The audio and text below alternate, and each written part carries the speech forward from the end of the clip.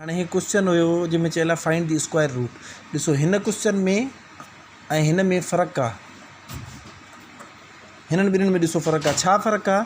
हिन में under route जी जेका निशानी आहे उहो सिर्फ़ु 196 जे मथां आहे, 100 उन खां आज़ादु आहे। जॾहिं त हिन में 196 जो बि ॿियो मूल ॻोल्हणो आहे, 100 जो बि ॿियो मूल ॻोल्हणो आहे।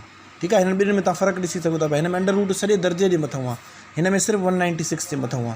सो हिन में छा करिणो आहे, असांखे सिर्फ़ु 196 जो ॿियो मूल कढंदासीं। ठीकु आहे, जेकॾहिं हीअं हुजे हा त असां 196 जो बि ॿियो मूल कढूं हा। 196 जो ॿियो मूल कहिड़ो निकिरे थो कढी वठूं था।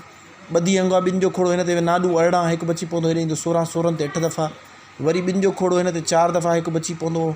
ठीकु आहे, 7 जो खोड़ो 7 दफ़ा, 7 जो खोड़ो हिकु दफ़ो।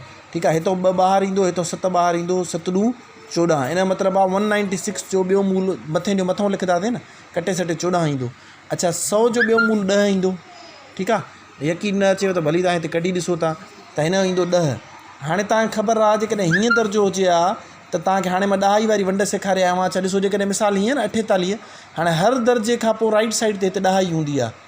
ठीकु आहे, हाणे हिन जो मतिलबु 10 हिते आहे। जॾहिं 10 सां वंड थींदी त 10 हिकु वांगुरु हेॾे अची वेंदी, यानी 48 वंडिया 10, इन जो कटे सटे जवाबु ईंदो 4.8। ठीकु आहे, जेकॾहिं ईअं हुजे हा, मिसाल था वठूं 79.635 डिवाइडेड बाए 100, त हाणे हिन सां छा थिए हा, 2 ॿुड़ियूं आहिनि न हिन में, इन जो मतिलबु आहे 10 ई, सॉरी हे 10 ई हिते न हुजे हा। इन जो मतिलबु आहे जेकॾहिं हीअं हुजे हा, मां ग़लति कयां थो, हे तव्हांखे हली ॿिए पासे वठी वियो आहे, थोरो तव्हांजो पॉइंट जेको आहे सो कॉन्सेप्ट क्लियर कयां थो। 796 डिवाइडेड बाए 100, हाणे इन जो जवाबु छा अचे हा? इन जो मतिलबु इहो आहे त 796 आहे, पर इन जे आख़िर में उहो हिते 10 ई आहे। हाणे 10 ई वंड जे करे 2 अंग हेॾे ईंदी आहे, इन जो मतिलबु आहे कटे सटे हेॾे थी वञे हा 7.96। ठीकु आहे, सो हाणे हिते बि 14 जे हेठां 10 आहे, इन जो मतिलबु आहे 10 ई हिकु अंगु 0 आहे न, हिन में हिकु अंगु लेफ्ट ते वेंदी, 10 ई किथे आहे, उहो हिते आहे, हिकु अंगु हेॾे वेंदी त कटे सटे इन जो जवाबु ईंदो 1.4।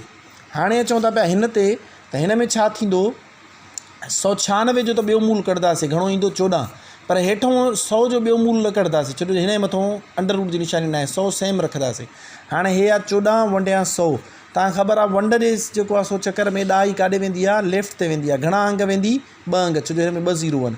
हाणे 10 ई आहे हिते, इन जो मतिलबु आहे 10 ई ओ हेॾे अची वेंदी, इन जो मतिलबु कटे सटे इहो थी वेंदो 0.14। ठीकु आहे, ऐं तव्हांखे मां सम्झायांव जेकॾहिं 10 ई जहिड़ो कुझु न हुजे तव्हां हली 0 ॾेई छॾंदा आहियो। ठीकु आहे, इहो थी वेंदो 0.14। आई होप तव्हांखे हे पॉइंट सम्झ में अची वियो हूंदो। जेकॾहिं हे दर्जो अचे हा त इन जो जवाबु अचे हा 1.4, ऐं जेकॾहिं हे दर्जो आहे यानी 100 जे मथां अंडर रूट न आहे त हेठां असां 100 साॻियो रखियोसीं।